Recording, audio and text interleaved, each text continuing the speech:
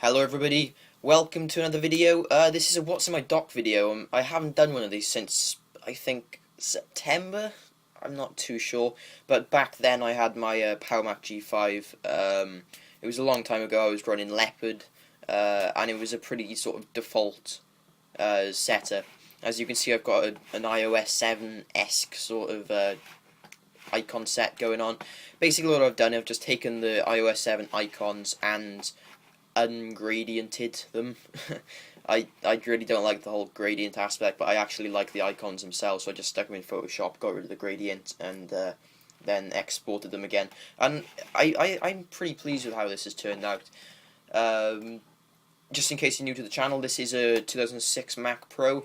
It's a quad-core 2.66 GHz affair, 6 gigs of RAM, and it is running Mountain Lion. I managed to do that via ML Post Factor. I've done this on loads of machines now, but unfortunately my main graphics card, the HD 6570, is a little bit problematic at the moment with 0.3, so I've had to revert back to the 7300 GT, so it's a little bit sluggish in the graphics department, but until a patch is released, it's doing the job just fine.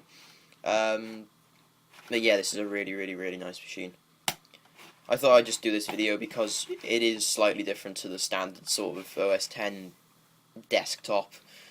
So yeah, let's get started. This is Finder. Again, what can you say? Finder is Finder. I don't want to go through anything because of my files and documents and shite. But it just blows Windows Explorer out of the water in every single department, in my opinion.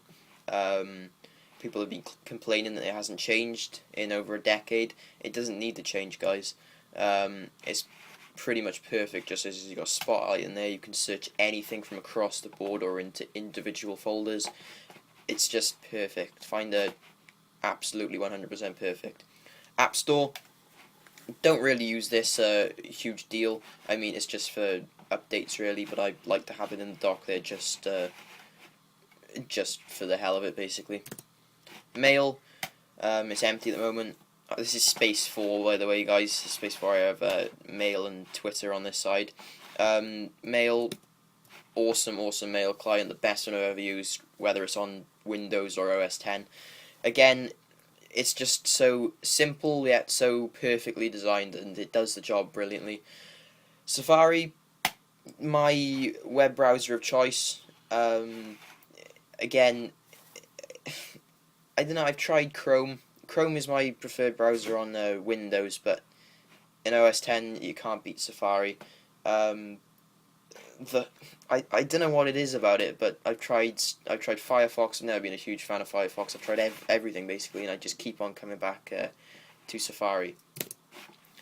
iTunes, have this open all the time really. I just always play music, and this is only about half my library at the moment, but loads of people hate on iTunes for it being sluggish and bloated and have loads of useless crap that you don't actually ever use, but honestly, I really do not have a single problem with iTunes. You just gotta put it side by side with Windows Media Player, and then you'll become a little bit more grateful for what it is. Messages, I'm not going to open that because it's obviously got my personal messages that have synced over from the iPhone. Keynote, yeah, I usually use this just for thumbnail designs because everyone else uses PowerPoint and Word and stuff, so I have to do that on a different machine. But Keynote I just use for Windows thumbnails, and it takes a while to open. Steam, I don't really use it all that much on OS X because the library's a bit crap on OS X, but I have it open all the time in Windows. iMovie, this is iMovie 11, I believe. I'm not 100% sure. I hated it at first. I really just got so angry with it. I wanted to throw the monitor out the window. But over time, it has grown on me. And once you get used to it, guys, it's a really awesome piece of kit. Adobe Photoshop CS6. I don't have the whole suite. I've just got Photoshop. I use this every day, pretty much.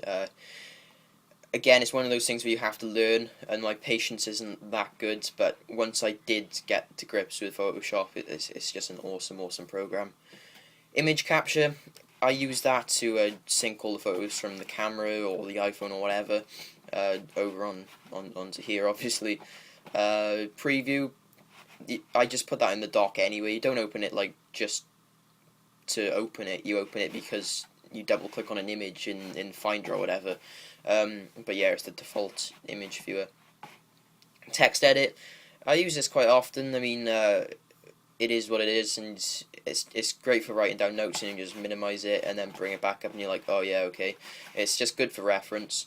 ScreenFlow, I don't usually have that in the dock, but I just put that there for the sake of this video. And then we've got VLC and QuickTime Player. QuickTime Player, I prefer VLC over QuickTime Player, but QuickTime Player has features like voice recordings and all that sort of crap. But VLC, you don't have to worry about codecs and formats and stuff. Whereas QuickTime Player, you have to download loads and loads of different codecs to get it to work. Twitter. This is Twitter for Mac. This isn't TweetDeck or anything. I just like the simplicity of this one. And it just gives you a little icon in the top corner there, and yeah, it does what it says on the tin, pretty much. System Preferences, an awesome application. Again, it just beats Control Panel by a country mile, and the search feature with the whole light, it's just a brilliant program. It's not even a program, but I just cannot praise this System Preferences enough. uTorrent, my torrent client. I don't even know why I use this over any other particular one, but I think it's just I don't even know. I just use uTorrent because I think it's the first one that came up in Google when I first searched for a torrent client. And then we got trash there, and you can see the icon there. That's it, like half full, and then when it's empty, it goes down there. So yeah, I've designed some of these icons myself and some of them elsewhere, but this is what the launchpad looks like. Move that there. It's very iOS 7-esque. Loads of people don't like it, but I really like the icons. I like what they've been trying to do, trying to accomplish with it, and just get rid of the gradients a little bit, and Bob's your uncle. I really like it, unlike some people. Dashboard, I may as well show you the dashboard and stuff. Clocks, calendar, weather. I don't use dashboard all that much, but iStat Pro, dictionary, calculator, all the sort of standard stuff. Menu bar then, notification center obviously.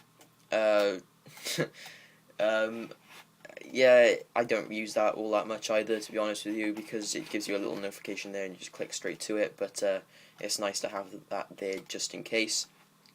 I forgot the name of it. Spotlight, that's the word. Spotlight, really handy. I never used to use this, but it's just so handy. You just command space and then search for whatever instead of going into Finder and searching it manually. It's just so handy having that there. A name, volume, Wi-Fi, stuff like that, and then menu meters for free RAM and CPU usage. Then you've got Time Machine, Twitter, that's Boot Champ, I think, and ScreenFlow. And then we've got my drives here. I like to keep the desktop nice and clean. But yeah, that's pretty much it. That's like what's in my dock, what's on my desktop, all that sort of stuff all mixed together. I hope you enjoyed it, guys, and I have finished the exams now, so videos will be getting back to normal, one a week hopefully. And as always, I'll see you in the next one. Bye bye.